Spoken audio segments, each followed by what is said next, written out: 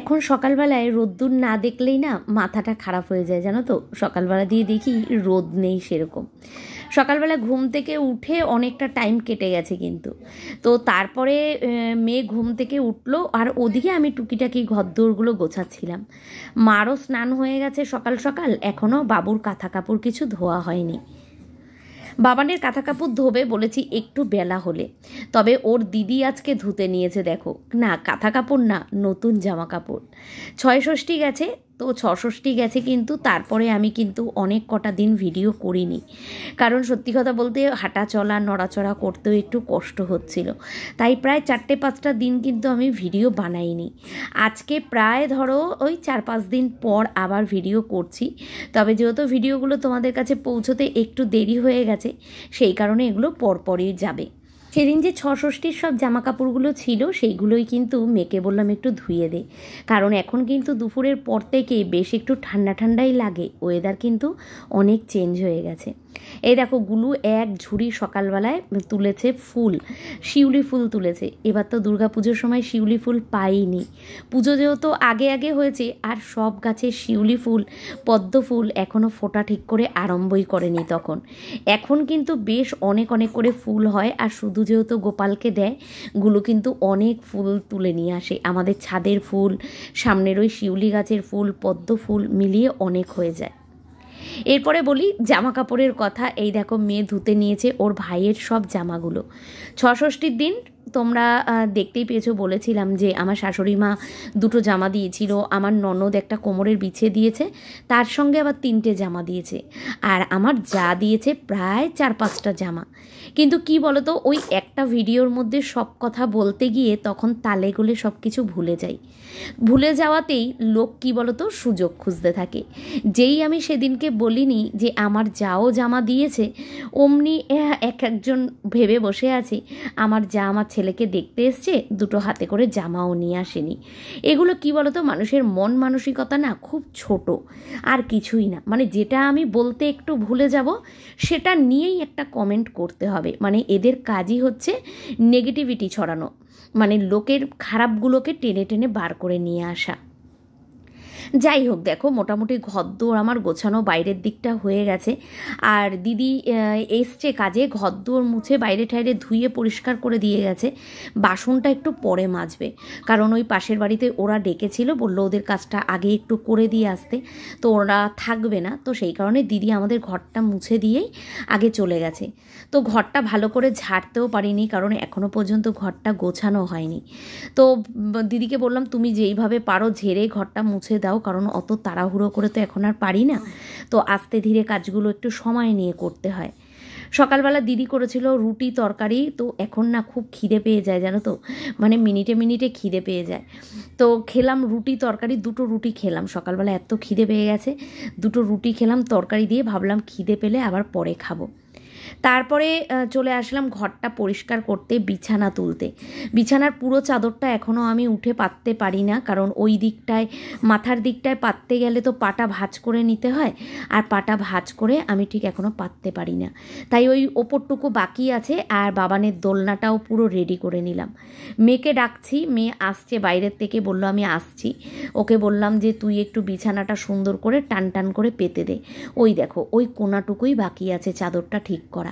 আর সকালবেলা জানলাটা খুলে সব বালিশ টালিশগুলো জানলায় গরম করেছি, আর তারপরে এই যে আমার বাবার সোনাকে এখানটায় শুইয়েছি।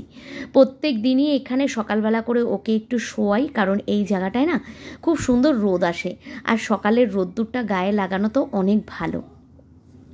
ডাক্তার বলেছে মোটামুটি অন্তত যদি 20-25 মিনিট দিনে ওকে রোদ লাগানো যায়, তাহলে কিন্তু ওর শরীরের পক্ষে খুব ভালো। সেই কারণেই আমি কিন্তু সকালবেলাটায় একটু তাড়াতাড়ি উঠি। এখন আর ওই 9টা-8টা অবধি ঘুমাই না, 6:30টার মধ্যে উঠে যাই। উঠে আস্তে আস্তে দিদিরা সব দিদিদের কাজ করতে থাকে, আর আমিও আমার গোছানো গাছানো এগুলো আস্তে আস্তে করে করতে থাকি। জানি তোমরা অনেকেই বলেছো আমাকে যে পম্পা এইভাবে কাজ করো না, তো আমিও কিন্তু সেইভাবে কাজ করছি না, আমিও জানি। যে আমি যদি এখন খুব কাজকর্ম করি তাহলে কিন্তু ক্ষতিটা আমারই হবে। তোমরা আমাকে ভালোবাসো তো, তাই এই কথাটা আমাকে বারবার করে বলো, সেটা আমি জানি। কিন্তু দেখো এই টুকিটাকি কাজগুলো একটু না করলে, শুধু শুয়ে বসে থাকলে নিজেরই একটা কেমন লাগে না? তাই আমি যতটুকু পারি ততটুকু করে দিই, সেইটুকুনি ওদের একটু হেল্প হয়। কারণ দিদিও তো আবার সবসময় বাড়ি থাকে না, ওকেও বাড়ি যেতে হয়, তো নানান দিকের কাজকর্মে ব্যস্ত থাকে, গুলুর পড়াশোনা আছে, ওকে নিয়ে যাতায়াত করতে হয়, সব মিলেমিশে সবাই অনেকটা ব্যস্ত থাকি। সেই কারণে কিন্তু আর লোক বেশি থাকা মানে বুঝতেই পারো সেখানে কিন্তু কাজকর্মও বেশি থাকে, তাই সবাইকে একটু হাতে হাতে মিলিয়ে করতে হয়। আমি দৌড়োদৌড়ি লাফালাফির কাজগুলো করি না, আস্তে ধীরে একটু ঘরদোরটাই শুধু পরিষ্কার করি। তোমাদের দাদাভাইকে দিয়ে সোফার বালিশগুলো ওপরে দেওয়ালাম, কারণ বাবানকে সকালবেলায় শোয়ানো হয়েছিল, সোফার ওপরে দেখতেই পারলে সোফাটা গুছিয়েছিলাম, আর বাবান হিসু করে দিয়েছে, তো সেইটা আবার রোদ্দুরে দিলাম বালিশগুলো, মানে দুটো বালিশের মধ্যে পড়েছে, আর একটা বালিশের এমনিই দিয়ে দিলাম, ভাবলাম চলো রোদে দিলাম যখন আর ওই একটাকে বাদ দেবো কেন, ওটাকেও দিয়ে দিই। তো যাই হোক, দেখো এখন আমি এই দিকটা একটু পরিষ্কার করব, কারণ সোফাটাই শুধু পরিষ্কার করা হয়েছিল, এখনও মোটামুটি গোছানোগুলো বাকি, কারণ আজকে তো সকাল সকাল ঘর মোছা হয়ে গেছে, কিন্তু ঘরদোর কিছু গোছানোটা হয়নি। এই গোছানোর কাজগুলোই এখন আমি আস্তে ধীরে করে করব।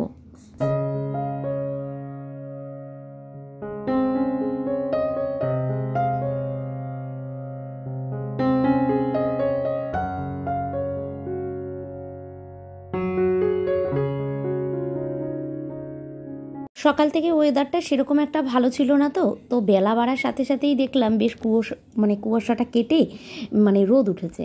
তো মা বললো তাহলে এখন একটা কাজ করি, জামা কাপড়গুলো ধুয়ে দিই। আমি তো সকালবেলা দেখো ওই কাঁথা টাথাগুলো আমার জায়েদের দিকে তারে দিয়েছিলাম, আর এখানে মেয়ে দিয়েছিল কিছু ছোট ছোট জামাগুলো, ওগুলোকেও আমি ওই জায়েদের ওই দিকে তারে দিয়ে এসেছি। এবার এই কাপড় চোপড়গুলো মাকে বললাম, ন্যাকড়া চ্যাকড়াগুলো যেগুলো থাকে ওগুলো বললাম তুমি ধুয়ে দাও, আমি পরে এসে ঘরের সামনে মেলে দেবো। তোমাদের দাদাভাইকে পাঠালাম রেশনে, গত মাসে আমাদের রেশনটা ধরাই হয়নি, এই মাসে বললাম যাও আজকে বাড়ি যখন আছো রেশনটা নিয়ে আসো। এই দেখো মেয়ে গেছিলো দোকানে, তো ও দোকান থেকে চলে এসছে, এবার ওকে বললাম যা তুই একটু বিছানার চাদরটাকে ঠিকঠাক করে দে, কারণ জানলা দিয়ে রোদটা তো চলে যাচ্ছে, এরপরে বাবান সোনাকে খাওয়াবো, বিছানায় বসে ওকে একটু শোয়াবো। ও এখন না জানো তো দোলনাটা করেছি, দোলনাতেও ঘুমায়, আর রাতে না খুব একটা জ্বালায় না, পরপর দুদিন শুধু দোলনাতে দিয়েছিলাম, কিন্তু এখন বেশ সুন্দর রাত্রিবেলায় আমি আমার কাছে নিয়ে নিচে শুয়ে পড়ি, তো বেশ সুন্দর ঘুমিয়ে পড়ে জানো তো, একটুও রাত্রিবেলায় জ্বালায় না। তোমরা আওয়াজ পেলে? আমার ছেলে কিন্তু আমার পাশেই শুয়ে আছে, আমি কথা বলছি তোমাদের সঙ্গে, ও কিন্তু পাশেই শুয়ে আছে, শুয়ে থেকেও একটুও কান্না করে না, হাঁচি দিল একখানা, তো পুরো একদম আলগা হয়ে শুয়ে আছে। তো যাই হোক, দেখো এখানে ফ্রিজটাকে একটু মুছে দিলাম, দেখলাম ফ্রিজে টুকিটাকি অনেক খাবার দাবার আছে, ওটাই পরিষ্কার করলাম, আর 4টে মতো ডিম বার করলাম। আজকে সকালের খাবারটা আমি বানাবো, কারণ এখনও দিদি আসেনি, তার কারণও আছে জানো তো, বলে না বিপদ না মানুষের আর কাটে না।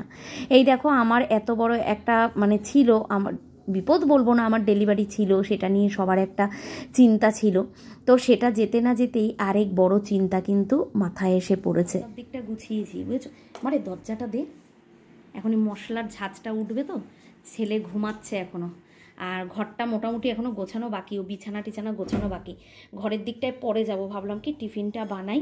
তো এখানে টিফিনে প্রথমে করার কথা ছিল আলু সেদ্ধ ভাত আর ডিম সেদ্ধ, তারপরে দেখলাম না অনেক কিছু সবজি আছে, মাকে বললাম কেটে দাও, ডালিয়া বানাই। কি করব বলো, ধরতে নেই, কিন্তু কোনো উপায় নেই, তাও এখন আমিই করি, এইটা মেয়ে পারবে না করতে।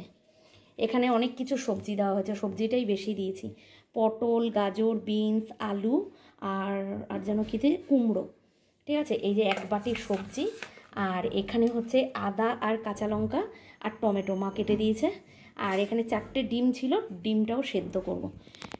আর এদিকে আমি কড়াই বসিয়ে দিয়েছি, এদিকে এখন ডালিয়াটা করে নিয়ে ডালিয়াটা বসিয়ে দিয়ে বাদবাকি কাজগুলো করব।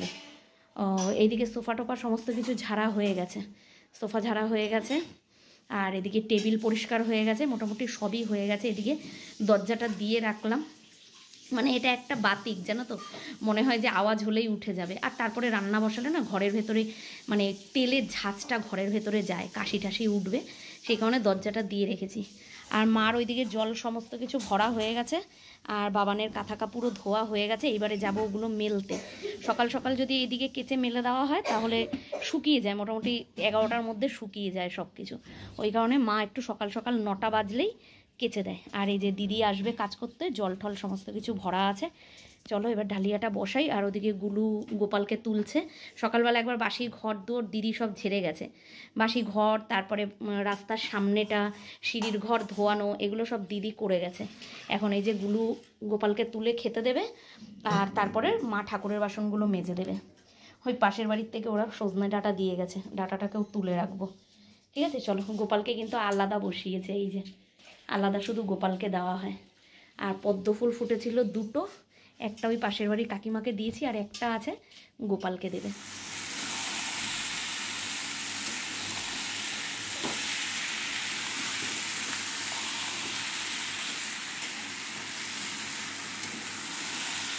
তোমরা হয়তো অনেকেই বলতে পারো যে পম্পা তুমি তাহলে রান্না করছো কেন, মাকেই তো দিতে পারতে। ওই যে তোমাদের বললাম, মা আর কত দিকে করবে বলো। আজকে কিন্তু বাড়িতে কেউই নেই, ভাই নেই, জয়ী নেই, দিদিও কিন্তু নেই। বিপদ, সেই কারণেই কিন্তু খাবারটা আমাকে বানাতে হচ্ছে। এবার বলি বিপদের কথাটা তোমাদের কেন বলেছি। বিপদটা হঠাৎ করে আসেনি, এসছে অনেক, কিন্তু আমি হঠাৎই জেনেছি। আর জানার পর থেকেই জানো তো টেনশানে মাথা খারাপ হয়ে যাচ্ছে। যদিও বা খুব একটা সেরকম বড় বিপদ না, কিন্তু কোনো দিন তো দেখিনি, তো সেই কারণেই একটু ভয় লাগছে। ওই যে বললাম 4-5টা দিন পর কিন্তু ভিডিও আবার বানিয়েছিলাম, এর মাঝখানেই সমস্ত যা হওয়ার হয়েছে। তোমরা জয়ীর চ্যানেলেও দেখতে পারবে, তোমরা যারা যারা জয়ীর চ্যানেল দেখো তোমরা দেখতে পারবে। কিন্তু যখন আমি জানতে পেরেছি, বিশ্বাস করো, তখন মানে কি বলবো, তখন থেকে মনটাও খারাপ, সব কিছুই খারাপ। তো এটা নাকি হয়েছে ভাইয়ের অনেক দিন আগেই। আমার তখন বাবান সোনা পেটে ছিল, তো আমাকে কিন্তু কেউ জানায়নি, জানো তো। আমি টেনশন করব, চিন্তা করব, কান্নাকাটি করব, সেই কারণে কিন্তু তখন আমাকে কেউ জানায়নি। তো আসার পরেও কিন্তু কেউ জানায়নি। আমার তো স্বাদ হওয়ার কথা ছিল, তোমাদের বলেছি 3 তারিখে। তো তখনও কিন্তু জানি না যে আমার অপারেশনের পরে আমার ভাইয়েরও অপারেশন হবে। তো আমার তো বাবান সোনা ভালোভাবে হয়ে সুস্থ হয়ে বাড়ি চলে এসেছি। যেদিন বাড়ি চলে এসেছি তার 3-4 দিন পর তারপরে কিন্তু সমস্ত বিষয়টা আমি শুনেছি। শোনার পর থেকেই বিশ্বাস করো মনটা খুব খারাপ। এই যে যেদিনকে ভিডিওটা এই যে বানিয়েছি, তো এই দিনই কিন্তু জানতে পেরেছিলাম। আর এই 2-1 দিনের মধ্যেই কিন্তু ভাইয়ের অপারেশন হবে। তো সেই কারণে সকালবেলায় জয়ী আর ভাই বেরিয়েছে, ওরা কিছু ডাক্তারের সঙ্গে কথা বলা, কিছু রিপোর্ট করানো, এগুলো বাকি আছে, সেগুলো করতে গেছে সকাল সকাল। আর তার সাথে দিদিও গেছে, দিদি ওদের সাথেই গেছে। তো সেই কারণেই কিন্তু সকালবেলার দিকটা আমাকে আজকে একটু সামলাতে হচ্ছে। ওই যে মা আছে, যতদূর মা করে দিচ্ছে, বাদ বাকিটা কিন্তু আমি সামলাচ্ছি। সামলানোর কিছুই নেই, এই যে টুকিটাকি কাজকর্মগুলো মা কেচে দিচ্ছে, আমি মেলে দিলাম। তারপরে ঘর দুয়ারটা একটু গোছানো, পরিষ্কার করা, ব্যাস। এই যে জামা কাপড় সব ধুয়ে মেলে দিয়েছি, দেখতেই পাচ্ছ। আর এদিকে যেহেতু আমি জামা কাপড়গুলো মেলছিলাম, দেখো কত সুন্দর রোদ উঠেছে, তাই না? রোদ না দেখলে ওই যে শুরুতে বললাম না, এখন মাথা খারাপ হয়ে যায়, কারণ জামা কাপড়, কাঁথা, ন্যাকড়া ছ্যাকড়া অনেক কিছু। তো এখন রোদ না দেখলেই সেদিন আমার চিন্তা হয়। মানে আমি সকালবেলা ঘুম থেকে উঠেই মাকে জিজ্ঞাসা করি, মা রোদ্দুরটা ভালো উঠেছে? মা বলে হ্যাঁ। আর আজকে সকালবেলা উঠেই যখন দেখেছি না একটু মেঘলা মেঘলা, তো তখনই আমি ভাবছিলাম যে আজকের জামা কাপড়গুলো কী হবে। সেই কারণেই আমি কিন্তু বাবানের জামা কাপড়গুলো সব পরিষ্কার করে দিয়েছি, জানো তো। যাই হোক, দেখো এখানে দোলনাটা বাবান যেহেতু শোয়নি, তো তখন আমি না দোলনাটা তুলে দিয়েছি। তো আমাকে আমাদের যেই দিদি আসে কাজ করতে, উনি তো মুসলমান, তো ওরা না অনেক কিছু জানে, জানো তো। ওই দিদি আমাকে বলেছিল, যখনই তোমার ছেলে না শোবে তুমি এইভাবে দোলনা সাজিয়ে ঘরে রাখবা না, এটা নাকি খুব খারাপ। তো সেই কারণে যখন যখন শোবে মনে করবা তখন দোলনাটা পেতে দেবে। তো আমি কিন্তু কি বাবা হাঁচি দিচ্ছি, শুধু হাঁচি দেয় যে কতবার তার ঠিক নেই। তা যাই হোক, দেখো এখানে ও আবার শোবে, ওই যে ওর দিদির কাছে ও রয়েছে। এতক্ষণ তো রোদ্দুরে শুয়েছিল, এখন ওর দিদির কাছে রয়েছে। তো আমি এখানে এখনও দোলনায় শোবে, কান্না করছে, এবার খাইয়ে দাইয়ে ওকে দোলনায় শোয়াবো। তো ভাবলাম ওকে শুইয়ে নিই, তারপরে সবাইকে খেতে দেব।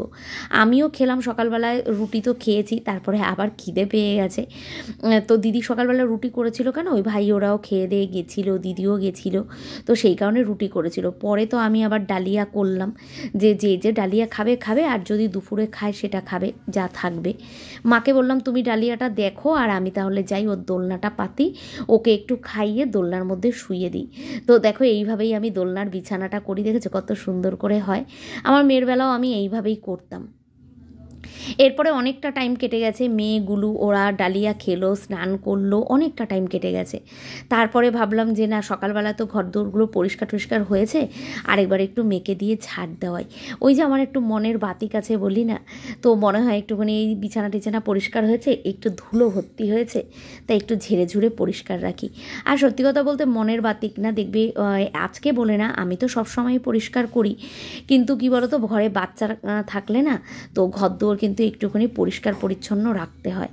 আর ধুলো নোংরা টোংরাগুলো একটু কম হলে ওদের অ্যালার্জিটাও কম লাগবে, আর মানে সুস্থও থাকবে। তো সেই কারণে কিন্তু আমি এখানে দেখো মেয়েকে বললাম তুই একটু ঘরটা ঝাড় দিয়ে দে। তো কাজকর্ম এখন সেরকম কিছুই নেই, এই দেখো মা নিয়ে বসে আছে। এরপরে চলে এসছে ভাই, ওরা ভাই আর জয়ী দুজনে এসছিল, এসে আবার ওদের কিছু কাগজ আমার ছিল নিয়ে তারপরে কিন্তু ওরা আবার বেরিয়েছিল মার্কেটের দিকে।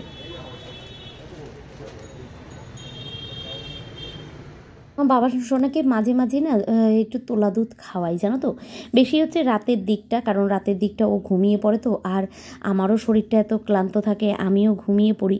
তো যখন রাতে প্রথম শোয়ানোটা শোয়াতে যাই, তখন দিদি ওকে বেশ সুন্দর একটু বোতলে করে দুধ করে খাইয়ে দেয়, অনেকটা টাইম ঘুমায়, তারপরে আমি মাঝে মাঝে কিন্তু ব্রেস্ট ফিডিংটা করাই। এরকমভাবেই আমি এখন চলছি।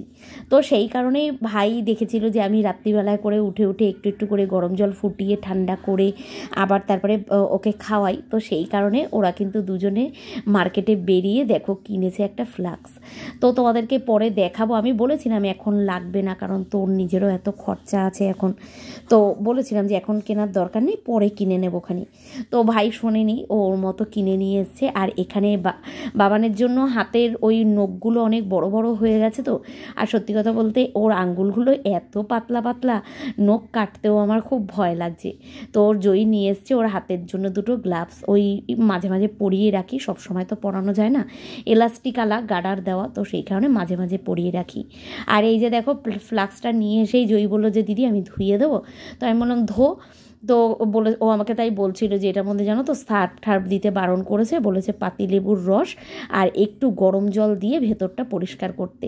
তো সেই কারণেই ওকে বললাম তাহলে তুই করে দে একেবারে পরিষ্কার। তো ওদিকে বোতল পরিষ্কার করছে, আর আমি এদিকে নিজে পরিষ্কার হয়ে এসে বাবান সোনাকে দোল দিচ্ছি আর হচ্ছে বসে আছি। তো এই দেখো এখানে কিন্তু সুন্দর করে একটা দড়ি ঝুলিয়ে তার মধ্যে লোহাও লাগানো আছে, কারণ ওই খালি দোলনা তো শূন্যে ভাসাতে নেই, তো সেই কারণে কিন্তু মাটির সঙ্গে টাচ আছে।